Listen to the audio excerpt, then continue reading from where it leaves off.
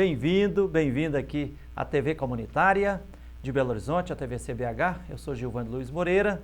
Nós estamos iniciando mais um programa Palavra Ética. Lembrando que a programação da TV Comunitária é acessível através do canal 6 da NET e canal 13 da Oi e também via internet pelo seguinte endereço, tvcbh.com.br. Hoje nós temos a alegria e a responsabilidade de entrevistar aqui no Palavra Ética Joviano Gabriel Maier. Joviano, bem-vindo. Ô Frei, muito obrigado pelo convite, uma satisfação poder retornar aqui ao seu programa. É um prazerão ter você aqui, Joviano. E nós fizemos questão de convidar o Joviano Gabriel Maier aqui outra vez. Joviano é advogado popular, mestrando da UFMG em arquitetura e urbanismo, né, Joviano? É também integrante do coletivo Margarida Alves, né? É um dos advogados da ocupação da Andara e de muitas ocupações, né? E o Palavra Ética, aqui da TV Comunitária, né? Apresentado por mim, também pela professora Delza e pela Maria Caiafa, tem o objetivo de contribuir para que os direitos humanos sejam efetivados. E o Joviano Maier é uma das pessoas que, comigo, diretamente há 7 anos, estamos lado a lado na defesa dos direitos fundamentais humanos, do povo sem terra e sem casa, né? Então é uma alegria. E aí, há quase 3 anos atrás, precisamente no dia 22 de abril de 2012, início de noite de um domingo, recebi um telefonema e um companheiro, Rafael Barros, dizendo: Frei Gilvander, a polícia acabou de prender o doutor Joviano Maier e o Fernando Soares.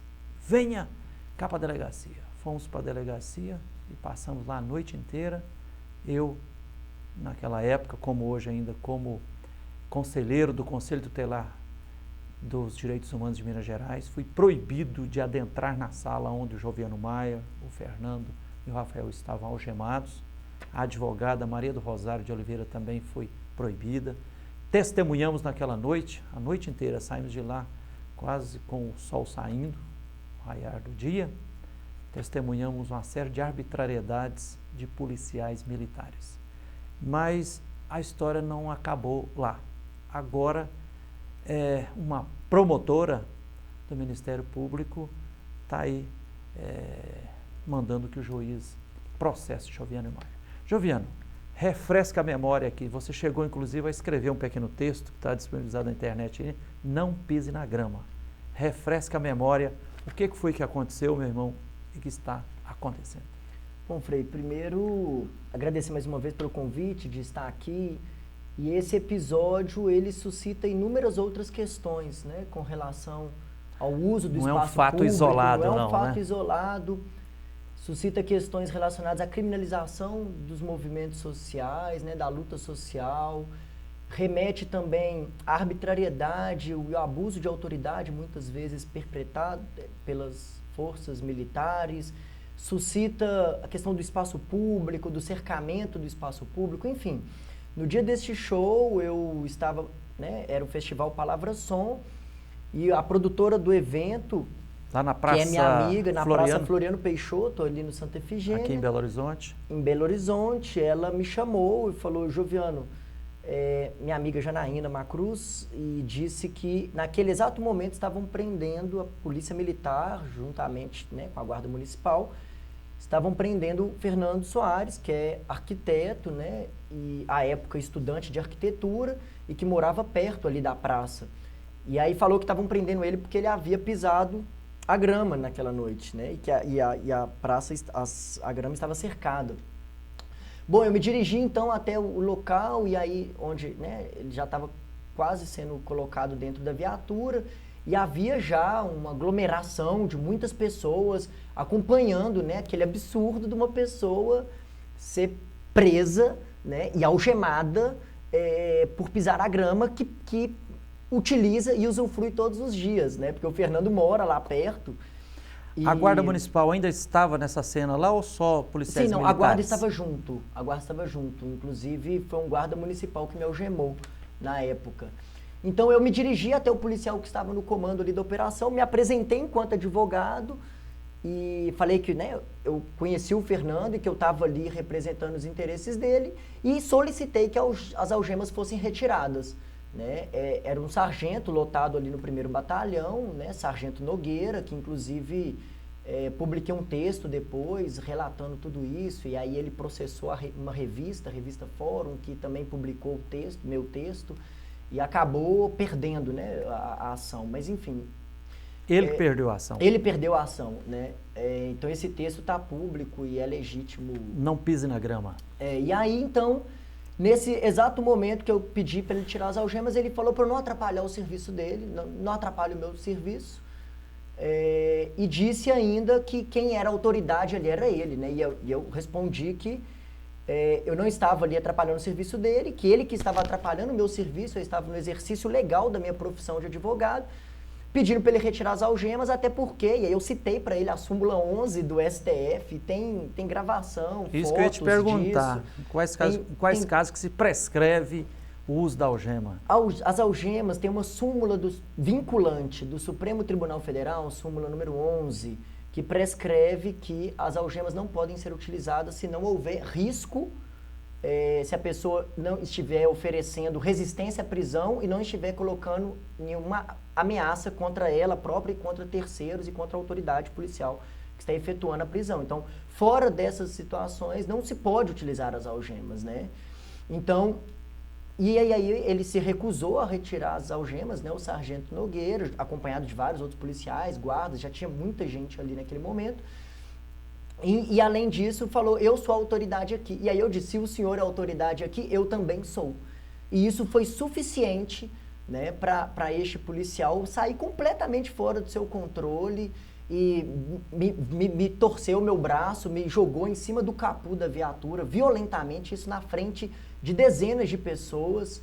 E aí mandou o guarda municipal me algemar e não satisfeito... Algemado pelas costas. Algemado pelas costas. E não satisfeito, ele me conduziu, né, me puxando pelo cabelo e segurando meus braços até a viatura, e não satisfeito, ele ainda bateu minha cabeça na porta da viatura, né, e me jogou para dentro do carro. Junto com os dois companheiros? Não, aí o Fernando já estava detido pela polícia, foi colocado também dentro da viatura, e o Rafael Barros, que você mencionou no início, que à época era conselheiro municipal de cultura, um antropólogo, agente cultural aqui da cidade de Belo Horizonte. O Rafael, quando estava ligando para você, depois que, né, terminou de falar com você, questionou por que eles estavam nos prendendo e aí acabou sendo preso também. Então, assim, é mais importante do que o fato em si, né, porque... É o que ele nos suscita, a que ele nos remete. Aí, né, você contou o primeiro episódio. Depois, lá na delegacia, claro, também continuou. Claro, não. Aí depois várias arbitrariedades, né? E aí não permitiram, né, que as algemas não foram tiradas na delegacia até metade da noite, durante a madrugada. Nós chegamos à delegacia por volta de 9 horas, 9h30 da noite. E ficamos algemados até depois da meia-noite, né? Não permitiram que a doutora Maria do Rosário Carneiro, uma advogada, amiga nossa, pudesse acompanhar, né, o procedimento, o que é uma violação da prerrogativa dos advogados, até que foi um advogado vinculado à Comissão de Direitos Humanos da OAB lá, o Fernando Nogueira, o senhor também esteve na delegacia, e o boletim foi manipulado... Joviano, eu fiquei com só um detalhe aqui. Eu fiquei com a impressão, porque a advogada Maria do Rosário é pequenininha. E o doutor Fernando, que chegou quase à meia-noite, é quase 2 metros de altura. Eu fiquei pensando, falei, será que inclusive a estatura faz diferença no deixar o advogado atuar? Pois é, não só a estatura como o machismo, talvez, né? O fato de ser um homem, né? Então, foi uma situação machismo. Muito lamentável, assim, porque... A partir daí, eles começaram a manipular, porque foram muitas pessoas até a delegacia. Felizmente, isso aconteceu, né, conosco, que somos pessoas que, por estar inseridos, né, na luta social, com movimentos, né, em defesa dos direitos humanos, como é o caso, isso pôde repercutir. E aí foram muitas pessoas até a delegacia acompanhar esse contexto de arbitrariedade e uma prisão explicitamente ilegal. Bom, e aí Isso foi em 2012, né? No mês de abril. Quase 3 anos atrás. Quase 3 anos. Nós ficamos na delegacia a noite inteira e depois houve audiência na Comissão de Direitos Humanos da Assembleia, o fato repercutiu, veio à tona. E agora, surpreendentemente, no ano passado eu soube que o Ministério Público havia ajuizado a denúncia, o Fernando Soares já tinha feito sua defesa. E esse ano eu me apresentei até a 7ª Vara Criminal para poder fazer minha defesa, porque, né, eles não estavam, meu endereço estava constando errado no processo e eles não me encontraram para me intimar. Então eu fui até lá me apresentar para pegar os autos do processo para elaborar minha defesa. Eis que, quando eu leio a denúncia do Ministério Público, são 4 tipos penais, né, e a descrição fática do episódio completamente desvirtuando a realidade, assim, completamente absurda, a ponto da promotoria me acusar de ter tentado tirar o Fernando das mãos do policial, que eu reagi violentamente à prisão, enfim, uma série de absurdos que, né, as dezenas de testemunhas que presenciaram o episódio... Joviano, o que a promotora criminal, né? Exatamente. O que a promotora criminal arrola lá, nesse pedido de indiciamento, é basicamente o que está no boletim de ocorrência? Não, o boletim de ocorrência, ele aponta 2 tipos. Ele aponta o tipo penal de desobediência e de desacato, né? Já no inquérito e na denúncia do Ministério Público foram incluídos também o de resistência, né? E também o de favorecimento pessoal, que é o artigo 348 do Código Penal, que é de tentar subtrair alguém que está em poder de alguma autoridade policial, né? Então, assim, tentar favorecer, né, a fuga, a libertação de alguém nesse contexto. Então, assim, para mim foi uma situação muito indignante, assim.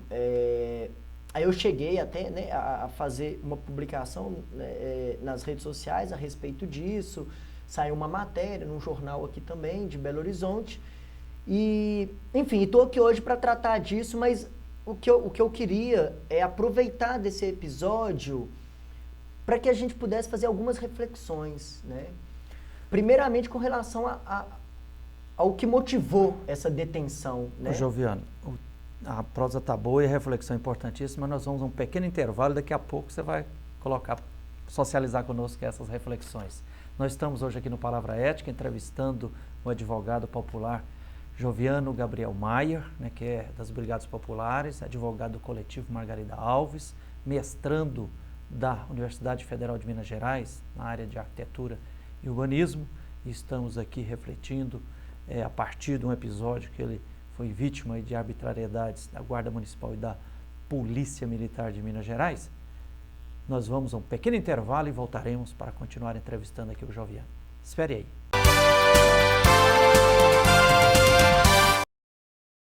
Nesta casa, todo mundo tem TV por assinatura. Mas quem decide mesmo o que as crianças podem assistir são os pais. Na TV por assinatura não há restrição de horário para exibição de programas. Por isso, é possível bloquear conteúdos de acordo com a classificação indicativa através de uma senha. Seus filhos podem aproveitar uma programação de qualidade com toda a segurança. Para tirar dúvidas de como bloquear programas, canais ou horários, procure sua operadora. Venha passar um maravilhoso fim de semana na pousada Seu Didi e aproveitar o melhor que a natureza proporciona. A pousada tem uma vasta área verde com playground, piscinas de água corrente para crianças e adultos, além de uma cachoeira. Tudo isso a 42 quilômetros de Belo Horizonte, em Riacima.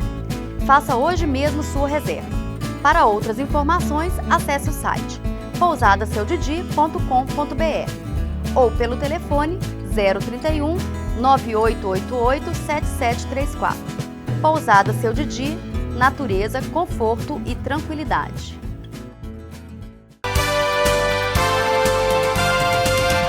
Olá, estamos de volta com o programa Palavra Ética aqui na TV Comunitária de Belo Horizonte, a TVC BH. Eu sou Gilvan Luiz Moreira.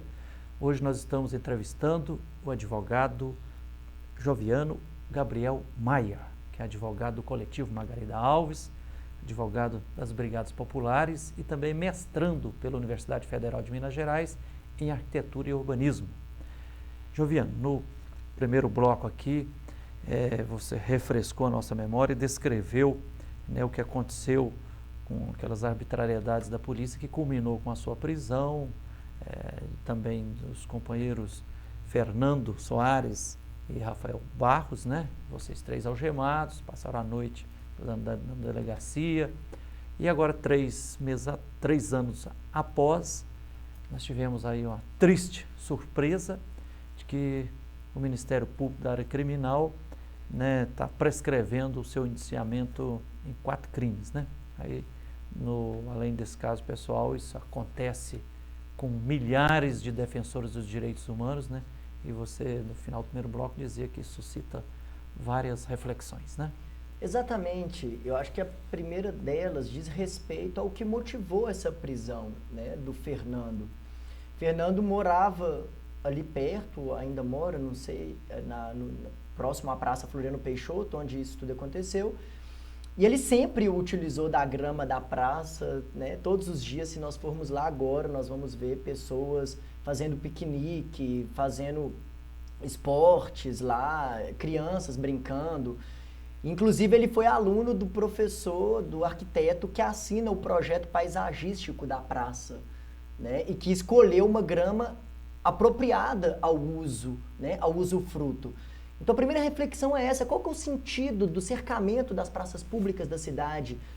Porque mesmo a guarda alegou que ele tinha pisado a grama e não podia, ele foi preso por isso, né? Porque havia uma cerca, ele mesmo apesar da cerca, ele falou, não vou ficar na grama porque eu uso ela todos os dias, eu sei que essa grama é apropriada por uso, né? Para o usufruto das pessoas, e desde quando, né? Grama é para ser apreciada, né?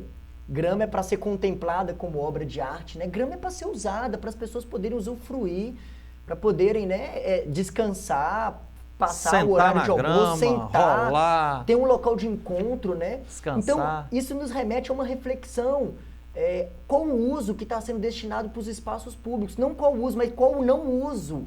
O controle das praças públicas, o controle dos parques, né? Tem um projeto absurdo agora da prefeitura para poder colocar a guarda municipal dentro do parque municipal no centro de Belo Horizonte, né?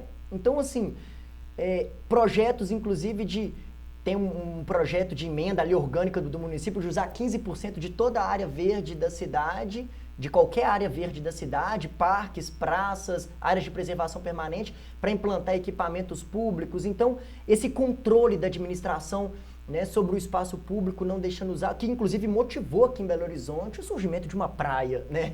Não vamos esquecer da Praia da Estação. Praia da Estação. E mais do que isso, tem uma lei, né, que foi aprovada a partir da aprovação de um projeto de lei encaminhado pelo vereador Arnaldo Godoy, que proíbe o cercamento de praças públicas aqui em Belo Horizonte, né? Então, apesar disso, as praças são cercadas, né? As pessoas que tentam usufruir dela muitas vezes são reprimidas, a exemplo da população em situação de rua, que o diga, né? Que tem seus direitos humanos violados, né? Cotidianamente. Aliás, está agendado para o dia 13 de março, né? Sexta-feira, uma bicicletinha solidária em defesa dos moradores em situação de rua. Então, assim, a primeira reflexão diz respeito a isso, ao cerceamento, ao controle do espaço público pela administração municipal, né, que quer vedar esses espaços para que as pessoas possam se encontrar, se realizar. E isso tem que ver, né, com a própria forma como essa administração conduz a cidade, tentando o tempo inteiro sufocar a democracia. A democracia acontece no espaço público, claro, no momento do encontro, né, no momento, né, não é à toa, né, que, enfim.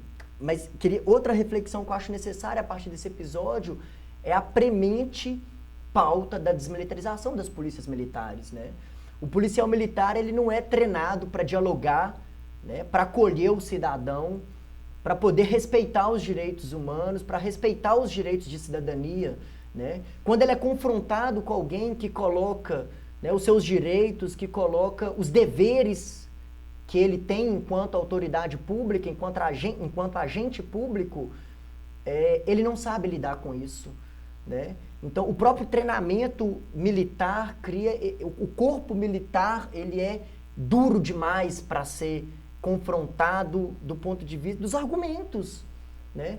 Isso faz com que um policial militar, quando num momento como esse, né, em que se coloca o abuso e os direitos daquela pessoa que está sendo conduzida, no caso, o uso das algemas, faz com que ele perca completamente o controle, com que ele parta para agressão, com que ele se ache no direito de machucar alguém, de torturar alguém, de matar alguém, como muitas vezes nas periferias das grandes cidades acontecem todos os dias. Então, esse e tantos outros episódios lamentáveis, né, relacionados ao abuso de autoridade e à polícia militar especificamente, nos remete a essa pauta fundamental que é pela desmilitarização das polícias, né? Não faz sentido uma sociedade democrática conviver com uma polícia que é militar, que é treinada para a guerra, né? Guerra contra quem? Né? Então, isso é fundamental. A parte do princípio que o outro é um inimigo e que ele tem que estar ajoelhar na minha frente, ser submetido, né? Exatamente. Ele não é um ser humano que tem dignidade, né? Como esperar de um agente público treinado dessa forma, preparado dessa forma, para dialogar e acolher, né, aquilo que um cidadão, né? E aí o crime de desacato é o absurdo maior, né? Inclusive a Corte Interamericana dos Direitos Humanos, já num julgado, decidiu que os países que têm o crime de desacato na legislação criminal, isso por si só representa uma violação de direitos humanos. Porque imagina, o desacato é assim: não gostei do que você falou, apelou, perdeu. Né? Vou te prender, porque eu não gostei do que você falou. Né? O Estado assume a defesa, né, daquele agente público, né, e condena, enfim, é uma situação muito... Joviano, esse desacato também, ele não poderia ser nos dois sentidos? Você também foi desacatado pelo policial? Mas pela lei... Isso não é considerado, não? Pela lei não, porque ele ali é o agente público, né? Então a lei resguarda o agente público. Agora, é claro que nós poderíamos ajuizar uma ação por calúnia, difamação, injúria, né? E ter a nossa reparação por um dano moral, a minha integridade moral, por exemplo, se alguém me ofender e eu vou ter que provar que isso aconteceu. O agente público, o policial, não. O Estado sai na defesa dele, né? E a palavra dele está acima da sua palavra. Ele tem uma presunção de veracidade. Então, mas uma outra questão que esse episódio nos remete, e cabe uma reflexão, é o papel do Ministério Público. A ação do Ministério Público numa causa como essa, né? Isso eu estranho muito, Joviano. Eu sou testemunha, assim, do papel imprescindível, por exemplo, das promotoras, das promotorias da área dos direitos humanos, né? Dos promotores da área dos conflitos agrários, né? Que são imprescindíveis na luta por justiça agrária, né? Por justiça urbana, mas tem muito promotor aí, principalmente na área criminal, que está jogando de trás das grades, lotando as prisões de pobres, negros, e povo de periferia, né? Claro, não. Ao manipular a realidade de tal forma, colocando os fatos de maneira completamente